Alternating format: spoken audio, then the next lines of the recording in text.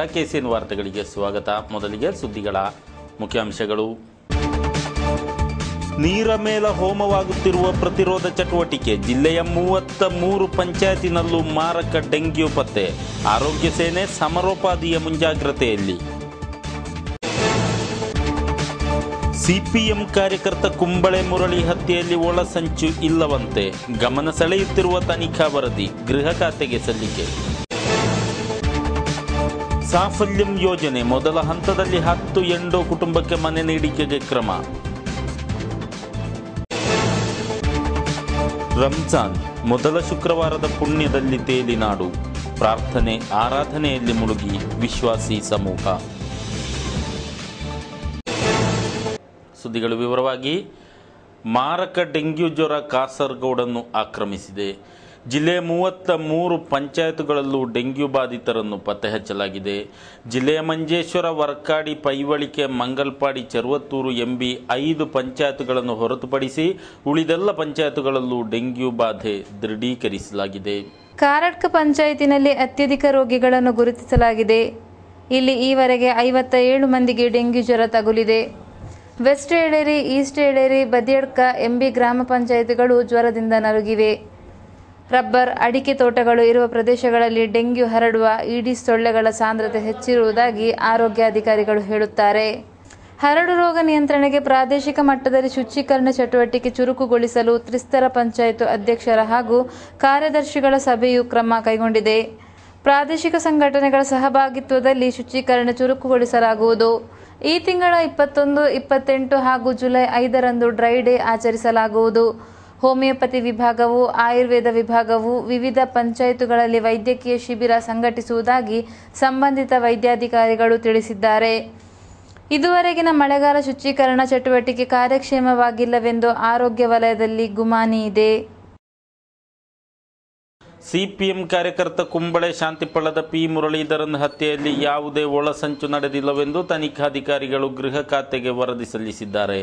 ಪ್ರಕರಣದ ತನಿಖೆ ನಡೆಸಿದ ಕಾಸರಗೋಡು ಡಿಸಿಆರ್ಬಿ ಡಿವೈಎಸ್ಪಿ ಕೆ ದಾಮೋದರನ್ ನೇತೃತ್ವದ ತನಿಖಾ ತಂಡ ವರದಿಯನ್ನು ಸರ್ಕಾರಕ್ಕೆ ನೀಡಿದೆ. ಕುಂಬಳೆ ಸಿತಂಗೋಳಿ ಬಳಿ ಕಳೆದ ವರ್ಷ ಅಕ್ಟೋಬರ್ 27ರಂದು ಸಿಪಿಐಎಂ ಕಾರ್ಯಕರ್ತ ಮುರಳೀಧರನ್ ಅವರು ಸ್ನೇಹಿತ ಮಂಜು ಎಂಬಾತನ ಜತೆ ಬೈಕಿನಲ್ಲಿ ಕಟ್ಟತಡ್ಕದಿಂದ ಕುಂಬಳೆಗೆ ತೆರಳುತ್ತಿದ್ದಾಗ ದಾರಿ ಮಧ್ಯೆ 2 ಬೈಕ್ಗಳಲ್ಲಿ ಆಗಮಿಸಿದ ತಂಡ ಅಡ್ಡಗಟ್ಟಿ ಬರ್ಬರವಾಗಿ ಚಾಕುವಿನಿಂದ ಇರಿದು ಕೊಲೆಗೈದಿತ್ತು. ತನಿಖೆ ಕೈಗೊಂಡ ಪೊಲೀಸರು ಪ್ರಕರಣಕ್ಕೆ ಸಂಬಂಧಿಸಿ ಅನಂತಪುರದ ಶರತ್ ಯಾನೆ ಶರತ್ ರಾಜ್, ಮಾಯ್ಪಾಡಿ ಕುದುರೆಪಾಡಿಯ ಭರತ್ ರಾಜ್, ಸೀತಂಗೋಳಿ ನಿವಾಸಿಗಳಾದ ಮಿಥುನ್ ದಿನೇಶ್ ಎಂಬವರನ್ನು ಬಂಧಿಸಿದ್ದರು. ಆರೋಪಿಗಳ ವಿಚಾರಣೆಯಲ್ಲಿ ಬಿಎಂಎಸ್ ಕಾರ್ಯಕರ್ತ ದಯಾನಂದರ ಹತ್ಯೆಗೆ ಪ್ರತೀಕಾರವಾಗಿ ಮುರಳಿ ಕೊಲೆ ನಡೆದಿತ್ತು ಎಂದು ತಿಳಿದು ಬಂದಿದೆ. ಪ್ರಕರಣದ ಪ್ರಧಾನ ಆರೋಪಿ ಶರತ್ ರಾಜನು 14 ವರ್ಷಗಳ ಹಿಂದೆ ಹತ್ಯೆಗೀಡಾಗಿದ್ದ ಬಿಎಂಎಸ್ ಕಾರ್ಯಕರ್ತ ದಯಾನಂದರ ಪುತ್ರನೂ ಆಗಿದ್ದಾನೆ. ಮುರಳೀಧರನ್ ಕೊಲೆ ಪ್ರಕರಣದ ತನಿಖೆಯನ್ನು ಆರಂಭದಲ್ಲಿ ಕಾಸರಗೋಡು ಡಿವೈಎಸ್ಪಿ ಟಿಪಿ ರಂಜಿತ್ ಹಾಗೂ ಕುಂಬಳೆ ವೃತ್ತ ನಿರೀಕ್ಷಕ ಸುರೇಶ್ ಬಾಬುರವರ ನೇತೃತ್ವದಲ್ಲಿ ನಡೆಸಲಾಗಿತ್ತು. ಬಳಿಕ ಉನ್ನತ ತನಿಖೆಗೆ ಸಿಪಿಎಂ ಜಿಲ್ಲಾ ಸಮಿತಿ ಆಗ್ರಹಿಸಿ ಸರ್ಕಾರಕ್ಕೆ ಅರ್ಜಿ ಸಲ್ಲಿಸಿತ್ತು. ಈ ಹಿನ್ನೆಲೆಯಲ್ಲಿ ಗೃಹ ಖಾತೆಯು ಐಜಿ ನೇತೃತ್ವದ ತನಿಖೆಗೆ ಆದೇಶಿಸಿ ಹೊಣೆಗಾರಿಕೆಯನ್ನು ಡಿಸಿಆರ್ಬಿ ಡಿವೈಎಸ್ಪಿ ಕೆ ದಾಮೋದರನ್ರಿಗೆ ನೀಡಲಾಗಿತ್ತು. ಡಿವೈಎಸ್ಪಿ ದಾಮೋದರನ್ ಅವರು ಇದೀಗ ತನಿಖೆಯನ್ನು ಪೂರ್ಣಗೊಳಿಸಿ ಕೃತ್ಯವು ಯಾವುದೇ ಒಳಸಂಚಿನಿಂದ ನಡೆದಿಲ್ಲವೆಂಬ ಅಂಶವುಳ್ಳ ವರದಿಯನ್ನು ಗೃಹ ಖಾತೆಗೆ ಸಲ್ಲಿಸಿದ್ದಾರೆ. ಇದು ಮುಸಲ್ಮಾನ ಬಾಂಧವರಿಗೆ ಪವಿತ್ರ ದಿನ. ರಂಜಾನ್ನ ಮೊದಲ ಶುಕ್ರವಾರದ ಪಾವಿತ್ರ್ಯವನ್ನು ಅಷ್ಟನ್ನು ಅರಗಿಸಿಕೊಂಡು ಅವರು ಆರಾಧನಾಲಯದಲ್ಲಿ ನೆರೆದರು. ಪ್ರಾರ್ಥನೆ ಆರಾಧನೆಯಲ್ಲಿ, ಕುರಾನ್ ಪಾರಾಯಣದಲ್ಲಿ ಕಳೆದರು. ಅಂತೂ ಅರಿತೋ ಅರಿಯದೆಯೋ ಸಂಭವಿಸಿರುವ ಪಾಪಗಳನ್ನು ಪರಿಹರಿಸು ಎಂದು ಅಲ್ಲಾಹನಲ್ಲಿ ಬೇಡಿಕೊಂಡರು. ಶುಕ್ರವಾರ ಜಿಲ್ಲೆಯಾದ್ಯಂತ ಎಲ್ಲ ಮಸೀದಿಗಳಲ್ಲಿ ವಿಶೇಷ ಪ್ರಾರ್ಥನೆ ನಡೆದವು. ನಮಾಜ್ ಬಳಿಕ ಇಮಾಮರಿಂದ ಬೋಧನಾ ಪ್ರವಚನವೂ ನಡೆಯಿತು. ನಗರದ ಮಸೀದಿಗಳಲ್ಲಿ ವಿಪರೀತ ಜನಸಂದಣಿ ದೃಶ್ಯವಾಗಿತ್ತು.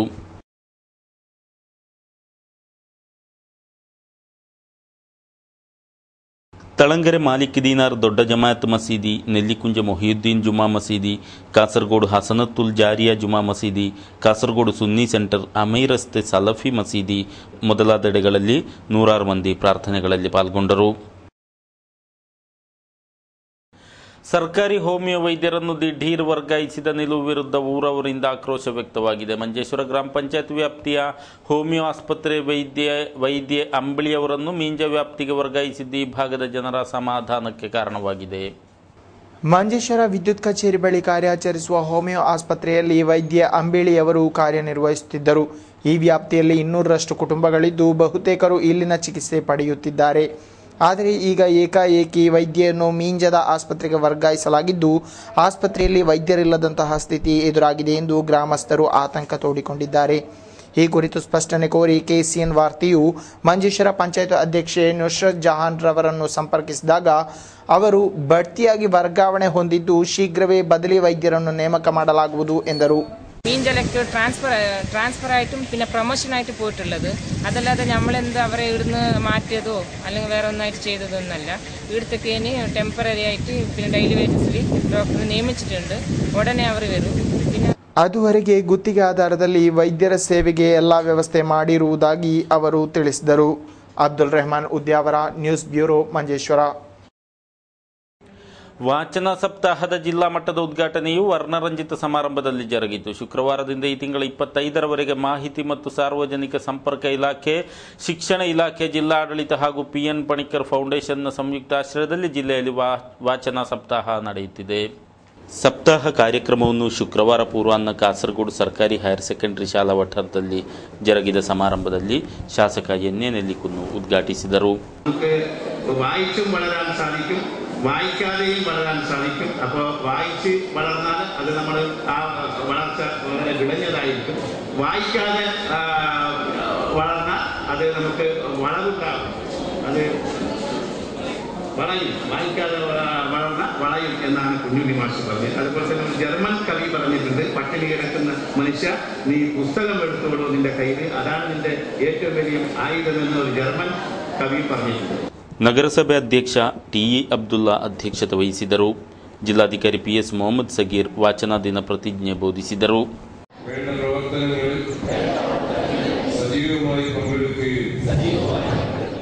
ಹಿರಿಯ ಚಿತ್ರಕಲಾವಿದ PS ಪುಣಿಂಚಿತ್ತಾಯ, ಸಾಹಿತಿ EP Rajagopalan, professor KP Jayarajan, professor A Srinath, ಜಿಲ್ಲಾ ಶಿಕ್ಷಣ ಸಹ ನಿರ್ದೇಶಕ ರಾಘವನ್ ಮೊದಲಾದವರು ಭಾಗವಹಿಸಿದರು. ಜಿಲ್ಲಾ ಮಾಹಿತಿ ಕೇಂದ್ರಾಧಿಕಾರಿ KT ಶೇಖರ್ ಸ್ವಾಗತಿಸಿದರು. ಸಪ್ತಾಹದ ಜಿಲ್ಲಾ ಮಟ್ಟದ ಸಮಾರೋಪ 25ರಂದು ಹೊಸದುರ್ಗ ಸರ್ಕಾರಿ ಹೈಯರ್ ಸೆಕೆಂಡರಿ ಶಾಲೆಯಲ್ಲಿ ಜರುಗಲಿದೆ. ಸಾಫಲ್ಯಂ ಯೋಜನೆ ಅನ್ವಯ ಎಂಡೋ ಸಂತ್ರಸ್ತರಿಗೆ ಮನೆ ನಿರ್ಮಿಸಿಕೊಡಲು ನಿರ್ಧರಿಸಲಾಗಿದೆ. ಪ್ರಥಮ ಹಂತದಲ್ಲಿ 10 ಮನೆಗಳನ್ನು ನವೆಂಬರ್ ತಿಂಗಳ ಅಂತ್ಯದಲ್ಲಿ ಹಸ್ತಾಂತರಿಸಲು ಜಿಲ್ಲಾಧಿಕಾರಿ ಕಚೇರಿಯಲ್ಲಿ ನಡೆದ ಸಭೆಯಲ್ಲಿ ಜಿಲ್ಲಾಡಳಿತ ತೀರ್ಮಾನ ಕೈಗೊಂಡಿದೆ. ಮನೆ ನಿರ್ಮಾಣಕ್ಕಾಗಿ ಪರಪ್ಪ, ಯನ್ಮಕಜೆ, ಪುಲ್ಲೂರು ಗ್ರಾಮಗಳಲ್ಲಿ ಭೂಮಿಯನ್ನು ನಿಗದಿಪಡಿಸಲಾಗುವುದು. ಈ ಗ್ರಾಮಗಳಲ್ಲಿ ಭೂ ಪರಿಶೀಲನೆ ನಡೆಸಲಾಗಿದೆ. ಮನೆ ಸ್ಥಳ ಇಲ್ಲದ 100 ಸಂತ್ರಸ್ತರಿಗೆ ಸಾಫಲ್ಯಂ ಯೋಜನೆ ಅಡಿಯಲ್ಲಿ ಮನೆ ನಿರ್ಮಿಸಿ ನೀಡಲು ಗುರಿ ಇರಿಸಲಾಗಿದೆ. ಜನಸಂಪರ್ಕ ಕಾರ್ಯಕ್ರಮದಲ್ಲಿ ಮುಖ್ಯಮಂತ್ರಿ ಉಮ್ಮನ್ಚಾಂಡಿ ಅವರು ಈ ಘೋಷಣೆ ಮಾಡಿದ್ದರು. ಯೋಜನೆಗೆ 25% ಆಯಾ ಪಂಚಾಯತು, 25% ಸಂಘ ಸಂಸ್ಥೆಗಳು ವೆಚ್ಚ ಮಾಡುವುದಾಗಿ ತಿಳಿಸಲಾಗಿತ್ತು. ಯೋಜನೆ ಪೂರ್ತಿಗೊಳಿಸಲು ಸಾಯಿ ಆರ್ಫನೇಜ್ ಟ್ರಸ್ಟ್ ಕೇರಳ ಮುಂದಾಗಿದೆ. ಈ ಹಿನ್ನೆಲೆಯಲ್ಲಿ 100 ಮನೆಗಳನ್ನು ನಿರ್ಮಿಸಲು 5 ಎಕರೆ ಸ್ಥಳವನ್ನು ಪತ್ತೆ ಹಚ್ಚಿ ನೀಡುವ ಕಾರ್ಯಕ್ಕೆ ಜಿಲ್ಲಾಡಳಿತ ಮುಂದಾಗಿದೆ. 500 ಚದರ ಅಡಿ ಸುತ್ತಳತೆಯಲ್ಲಿರುವ ಮನೆಯಲ್ಲಿ 2 ಕೊಠಡಿಗಳು, ಅಡುಗೆ ಕೋಣೆ, ಶೌಚಾಲಯ ಇರಲಿದೆ. ಇದರ ಜೊತೆಗೆ ಆರೋಗ್ಯ ಕೇಂದ್ರ, ಮಕ್ಕಳ ಪಾರ್ಕ್ ನಿರ್ಮಿಸಲಾಗುವುದು. ಅರ್ಹರಾದವರ ಹೆಸರು ವಿಳಾಸ ವಾರದೊಳಗೆ ನೀಡಲು ಸಭೆಯಲ್ಲಿ ಜಿಲ್ಲಾಧಿಕಾರಿಯವರು ಆಯಾ ಪಂಚಾಯತ್ ಅಧ್ಯಕ್ಷರಿಗೂ ICDS ಮೇಲ್ವಿಚಾರಕರಿಗೂ ನಿರ್ದೇಶವಿತ್ತರು. ಸಭೆಯಲ್ಲಿ ADM ದಿನೇಶನ್, ಎಂಡೋ ಪುನರ್ವಸತಿ ಸಹಾಯಕ ಜಿಲ್ಲಾಧಿಕಾರಿ NP ಬಾಲಕೃಷ್ಣ ನಾಯರ್, ಡಾಕ್ಟರ್ ಮೊಹಮ್ಮದ್ ಅಶೀಲ್, ತಹಶೀಲ್ದಾರ್ಗಳಾದ ಅಂಬುಜಾಕ್ಷನ್, ರವಿಕುಮಾರ್, ವಿವಿಧ ಪಂಚಾಯತ್ ಪ್ರತಿನಿಧಿಗಳು, ಅಧಿಕಾರಿಗಳು ಉಪಸ್ಥಿತರಿದ್ದರು. ಕಾಸರಗೋಡಿನ ಹಿರಿಯ ಕೈಗಾರಿಕೋದ್ಯಮಿ ಮಧೂರು ನಿವಾಸಿ ಇಬ್ರಾಹಿಂ ಹಾಜಿ ನಿಧನರಾದರು. 70 ವರ್ಷ ಪ್ರಾಯವಾಗಿತ್ತು. ಕಳೆದ ರಾತ್ರಿ ಸ್ವಗೃಹದಲ್ಲಿ ಕೊನೆಯುಸಿರೆಳೆದರು. ಇವರು ಬಾಬಾ ಅಟೋಮಿಕ್ ಸೆಂಟರ್ನ ಉದ್ಯೋಗಿಯಾಗಿ ಸೇವೆ ಸಲ್ಲಿಸಿದ್ದರು. ಉಳಿಯತಡ್ಕ ಮೈಕಾ ಇಂಡಸ್ಟ್ರೀಸ್ ಮಾಲಕರು ಆಗಿದ್ದರು. ಹಲವಾರು ಸಂಘ ಸಂಸ್ಥೆಗಳಲ್ಲಿಯೂ ಸಾಮಾಜಿಕ ಕಾರ್ಯಗಳಲ್ಲಿಯೂ ತೊಡಗಿಸಿಕೊಂಡಿದ್ದರು. ಮೃತರ ಪತ್ನಿ ಖದೀಜಾ ಹಾಗೂ 8 ಮಂದಿ ಮಕ್ಕಳನ್ನು ಹೊಂದಿದ್ದಾರೆ. ಜಿಲ್ಲೆಯಲ್ಲಿ ಹೆಣ್ಣು ಮಕ್ಕಳ ಜನನ ಸಂಖ್ಯೆ ವರ್ಷದಿಂದ ವರ್ಷಕ್ಕೆ ಇಳಿಕೆಯಾಗುತ್ತಿದೆ. ಜಿಲ್ಲೆಯ ಸರ್ಕಾರಿ ಹಾಗೂ ಖಾಸಗಿ ಆಸ್ಪತ್ರೆಗಳಲ್ಲಿ ಮಕ್ಕಳ ಜನನದ ಬಗ್ಗೆ ರೀಪ್ರೊಡಕ್ಟಿವ್ ಚೈಲ್ಡ್ ಹೆಲ್ತ್ ನಡೆಸಿದ ಸಮೀಕ್ಷೆಯಲ್ಲಿ ಈ ವರದಿ ಹೊರಬಿದ್ದಿದೆ. ಈ ಮೂಲಕ ಮಹಿಳಾ ರಾಜ್ಯವೆಂದೇ ಹೆಸರು ಪಡೆದಿರುವ ಕೇರಳದಲ್ಲಿ ಕಾಸರಗೋಡು ಜಿಲ್ಲೆಯ ಅಂಕಿಅಂಶ ನೋಡಿದಾಗ ಗಂಡು ಹೆಣ್ಣಿನ ಅನುಪಾತ ಇತರ ಜಿಲ್ಲೆಗಳಿಗಿಂತ ತದ್ವಿರುದ್ಧ ಎನ್ನಬಹುದು. 2011ರ ಗಣತಿ ಪ್ರಕಾರ ಜಿಲ್ಲೆಯಲ್ಲಿ ಶಿಶು ಜನನದ ಕುರಿತು ನಡೆಸಿದ ಲೆಕ್ಕಾಚಾರದಂತೆ ಪ್ರತಿ 1000 ಗಂಡು ಮಕ್ಕಳಿಗೆ ತಲಾ 961 ಹೆಣ್ಮಕ್ಕಳ ಅನುಪಾತವಿತ್ತು. 2012-13ನೇ ವರ್ಷದಲ್ಲಿ ಇದು 1000ಕ್ಕೆ 956 ಆಯಿತು. 2013-14ರಲ್ಲಿ 951ಕ್ಕೆ ಹೆಣ್ಮಕ್ಕಳ ಸಂಖ್ಯೆ ಇಳಿಯಿತು ಎಂದು ವರದಿಯಲ್ಲಿ ಸೂಚಿಸಿದೆ. 2014-15ರಲ್ಲಿ 1000 ಗಂಡು ಮಕ್ಕಳಿಗೆ 936 ಹೆಣ್ಣು ಮಕ್ಕಳು ಮಾತ್ರ ಇದ್ದು ಇನ್ನಷ್ಟು ಕುಸಿತ ಕಂಡಿದೆ. ಈ ಅವಧಿಯಲ್ಲಿ 10,841 ಗಂಡು ಮಕ್ಕಳು ಜನಿಸಿದರೆ 10,149 ಹೆಣ್ಮಕ್ಕಳು ಮಾತ್ರವೇ ಹುಟ್ಟಿದ್ದಾರೆ. 2015 ಏಪ್ರಿಲ್ ತಿಂಗಳ ತನಕದ ಜನನದಲ್ಲಿ ಬದಲಾವಣೆ ಉಂಟಾಗಿದೆ ಎಂದು RCH ಅಧಿಕಾರಿಗಳು ತಿಳಿಸಿದ್ದಾರೆ. ಈ ವರ್ಷದ ಏಪ್ರಿಲ್ ತನಕ ಜಿಲ್ಲೆಯಲ್ಲಿ 911 ಗಂಡು ಮಕ್ಕಳು ಹುಟ್ಟಿದ್ದಾರೆ. ಆದರೆ ಸರ್ಕಾರದ ಅಧಿಕೃತ ಲೆಕ್ಕಾಚಾರದ ಸಂಖ್ಯೆಯಲ್ಲಿ 1000 ನಿಷ್ಪತ್ತಿ 869 ಆಗಿದೆ.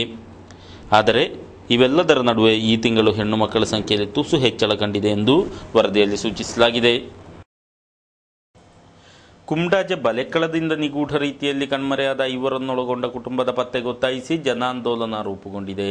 ಕುಟುಂಬ ನಾಪತ್ತೆಯಾಗಿ ತಿಂಗಳು ದಾಟಿದರೂ ಪತ್ತೆ ಹಚ್ಚಲು ಸಾಧಿಸದಿರುವುದನ್ನು ಪ್ರತಿಭಟಿಸಿ ಮಹಿಳಾ ಮೋರ್ಚಾ ಕುಮಟಾಜೆ ಪಂಚಾಯತ್ ಸಮಿತಿ ನೇತೃತ್ವದಲ್ಲಿ ಬದಿಯಡ್ಕ ಪೊಲೀಸ್ ಠಾಣೆ ಮುಂದೆ ಧರಣಿ ಮುಷ್ಕರ ನಡೆಸಲಾಯಿತು. ಸತ್ಯಾಗ್ರಹದಲ್ಲಿ ಮಹಿಳೆಯರ ಸಹಿತ ಹಲವಾರು ಮಂದಿ ಭಾಗವಹಿಸಿದರು. ಬಿಜೆಪಿ കുമടാജെ മണ്ഡലാധ്യക്ഷ സുധാമ ഗോസാഡ മുഷ്കരವನ್ನು ഉദ്ഘാಟಿಸಿದರು. ഞങ്ങൾക്ക് പറയാനുള്ളത് ആര് വേണമെങ്കിലും നിങ്ങൾ ഉത്തരവാദിത്വം ഏറ്റെടുത്തോളൂ, പക്ഷേ ഞങ്ങൾക്ക് ഇവരെ കണ്ടെത്തിയേ പറ്റൂ. അതുകൊണ്ട് ഞങ്ങൾ ഇവിടുത്തെ ജില്ലാ പോലീസ് മേധാവിയെയും കണ്ട് അവരോട് ഇതിനെ വെറുപ്പിച്ചുകൊണ്ട് എറണാകുളം ഹൈക്കോടതിയിൽ ഞങ്ങൾ ഹെബിയസ് കോർപ്പസുമായി ഞങ്ങൾ പോകും. ഇത് തീർച്ചയായും ഇതിനെ കണ്ടെത്താതെ ഭാരതീയ ജനതാ പാർട്ടി വിരമിക്കില്ല എന്നാണ് ഈ അവസരത്തിൽ പറയാനുള്ളത്. ನಾಯಕರಾದ ಚಂದ್ರಶೇಖರನ್, ರತ್ನಾವತಿ, PR ಸುನಿಲ್, ಶೈಲಜಾ ಭಟ್, ಹರೀಶ, ಮಹೇಶ್ ಮೊದಲಾದವರು ಮಾತನಾಡಿದರು. ಕುಂಬಳೆ ವಿದ್ಯುತ್ ವಿಭಾಗ ವ್ಯಾಪ್ತಿಯಲ್ಲಿ 11 kV ಲೈನ್ ದುರಸ್ತಿ ಹಿನ್ನೆಲೆಯಲ್ಲಿ ಬತ್ತೇರಿ, ಬಂಬ್ರಾಣ ಬಯಲು, ತೊಡೆಯಾರ್ ಮೊದಲಾದೆಡೆ ಶನಿವಾರ ವಿದ್ಯುತ್ ಮೊಟಕಾಗಲಿದೆ. ಬೆಳಿಗ್ಗೆ 9 ಗಂಟೆಯಿಂದ ಸಂಜೆ 5ರ ತನಕ ವಿದ್ಯುತ್ ಮೊಟಕಾಗಲಿದೆ ಎಂದು ಅಧಿಕಾರಿಗಳು ತಿಳಿಸಿದ್ದಾರೆ.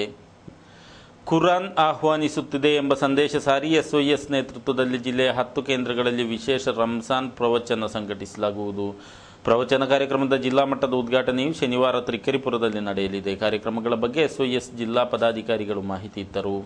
ಖ್ಯಾತ ಮತವಿದ್ವಾಂಸ C. ಮೊಹಮ್ಮದ್ ಫೈಜಿ ಅವರಿಂದ ವಿದ್ಯಾನಗರ ಸಾದಿಯಾ ಕೇಂದ್ರ ಪರಿಸರದ ನೂರುಲ್ ಉಲಮಾ ನಗರದಲ್ಲಿ ರಂಜಾನ್ ಪ್ರವಚನ ಭಾನುವಾರ ಪೂರ್ವಾಹ್ನ 9 ಗಂಟೆಗೆ ಆರಂಭವಾಗಲಿದೆ.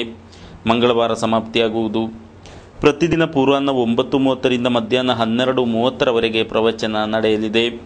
ಉದ್ಘಾಟನೆ ಸಮಾರಂಭ ಶನಿವಾರ ಪೂರ್ವಾಹ್ನ ತ್ರಿಕರಿಪುರದಲ್ಲಿ ನೆರವೇರಲಿದ್ದು, ಮಂಗಳವಾರ ಜರುಗಲಿರುವ ಸಮಾರೋಪ ಸಮ್ಮೇಳನವನ್ನು ಸಮಸ್ತ ಕೇಂದ್ರ ಮುಷಾವರ ಉಪಾಧ್ಯಕ್ಷ K.